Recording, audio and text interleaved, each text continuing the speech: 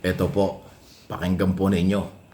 Former Vice President Leni Robredo, nanumpa na nga pong mayor ng Naga City, at sa kanyang talumpati speech sa harap ng mga taga-Naga, although halong Bicolana ang kanyang pananalita, ang kanyang idinidiin dito, wala daw confidential fund sa kanyang opisina. At hindi daw mangyayari yon. Sino kaya ang pinaparinggan ito? Ang controversial na confidential fund. Ayan ha, pakinggan ninyo. Yung mga taga Bicol, ito alam na alam niyo ito, lingwaheng Bicol eh. Primero sa kabos, hahaliun ta na ang confidential funds. Kaya makakaasa ka mo na sa masunod na taon, mayo na ang item na ini sa satong budget. Ayan, wala daw sa budget. Ang panduwang sakripisyo, si pag-rationalize sa kapag-right size kan bureaucracy, nahaloy ng plano sa kakamaotan kan lokal na gobyerno pero dai pa nagigibo. An sa tunggol, itama ang numero kan mga empleyado, ma-reward si mga tunay na nagtatrabaho. Ayan na, so talagang pagbabago. First time na nagkaroon ng mayor na babae yata dyan sa Naga City at ngayon nga yan ang mayor, former vice president. Alam nyo, marami pong opisina ng pamahalaan ang mayroong confidential at intelligence fund. Mga mayor, gobernador, mga department secretary, intelligence community, president at first time lang na nangyari sa vice president kasi nung panahon ni Jojo Binay bilang vice president, Noli Di Castro, at kung sino-sino pa naging vice president, wala naman hong confidential pat intelligence pa ng office of the vice president. Nangyari lang ito sa ilalim ni Sara Duterte nung vice president. At sa mayor, di ba, in-expose ni Congressman Jinky Luistro dun sa Kongreso nung hearing na every year sa Davao City nung si Sara ang mayor, 460 million ang confidential fund sa loob halos ng 6 na taon o ilang taon siyang mayor sa Davao. Pinakamababa yata 194, naging 240, tapos 4 na taon na 460 million confidential fund ni Sara nung siya ay mayor. On record yan, doon sa public hearing na inilatag ni Congressman Luistro. Balikan niyo yun, hindi mabubura yung record na yun sa Kongreso. Nung mayor pa lang. Nung maging vice president, ayan na nga, naging controversial ang confidential fund dahil nagkaroon siya ng ganyan, pinagkalooban siya ng Kongreso pero hindi naman tama ang pagkagamit.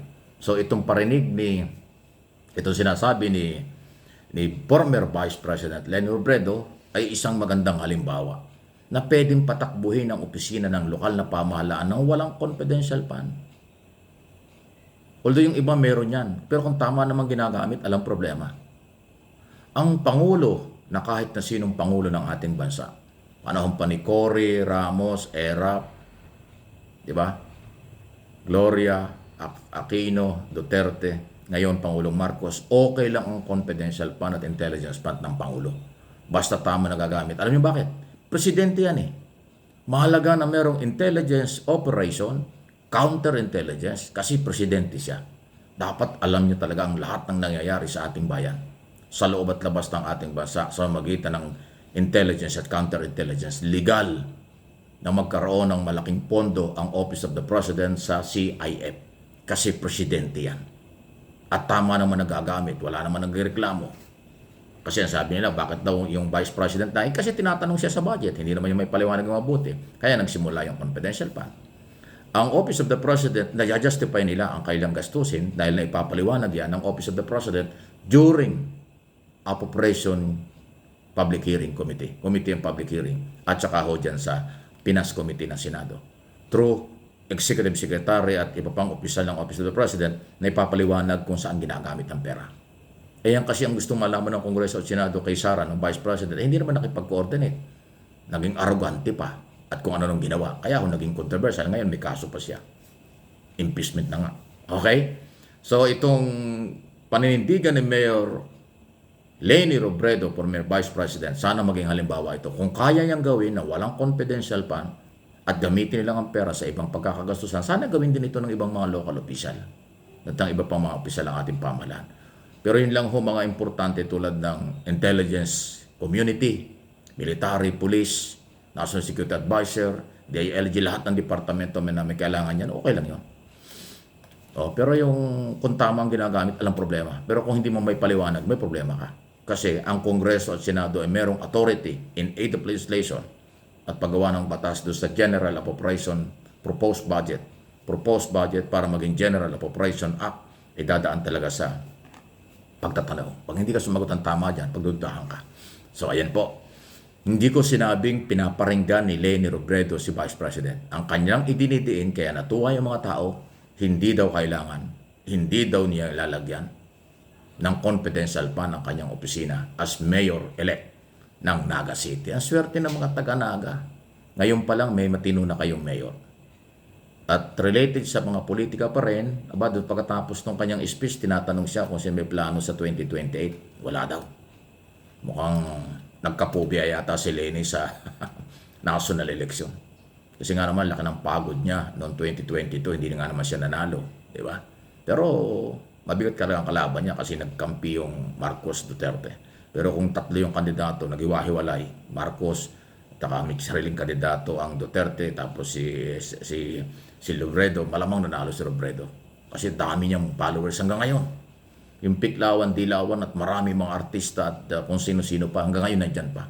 Kaya kahit ayaw ni Leni tumakbo sa national position sa 2028, hindi pa rin natin masasabing sarado na yan. Dahil pagdating ng 2027, magre-recruit na ang mga political party kung sino pwede ang ilaban at maging kandidato. Baka siya makakasama naman sa pagpipilian. Pwede pa rin siyang mahikayat. Pero kung ayaw, wala tayong magagawa. Wala pa naman ho talagang kandidato for 2028 eh. Si Sara Duterte lang naman nagsasabi at hindi na nakapaghintay, masyadong bilib sa sarili na siya daw ang front runner. Di ba? Front runner for 2028. Pinagmalaki pa niya doon sa Russian interview. Ano ba yung media ng interview niya?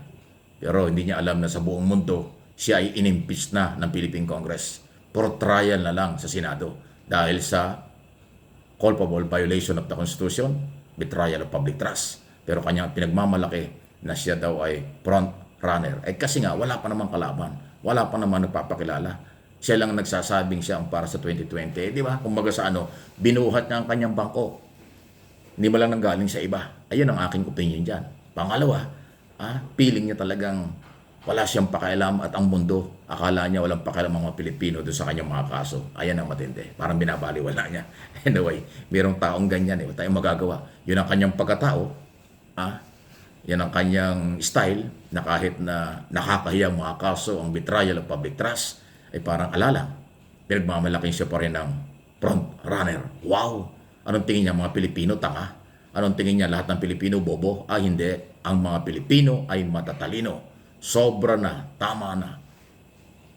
Puno na ang salo sa mga umaabuso at alam kong magagaling, matatalino sa susunod na mga eleksyon ang registered voters na Pilipino sa buong mundo. Please like and share, subscribe and follow Mike Abby Opinions channel at MA Pinoy TV.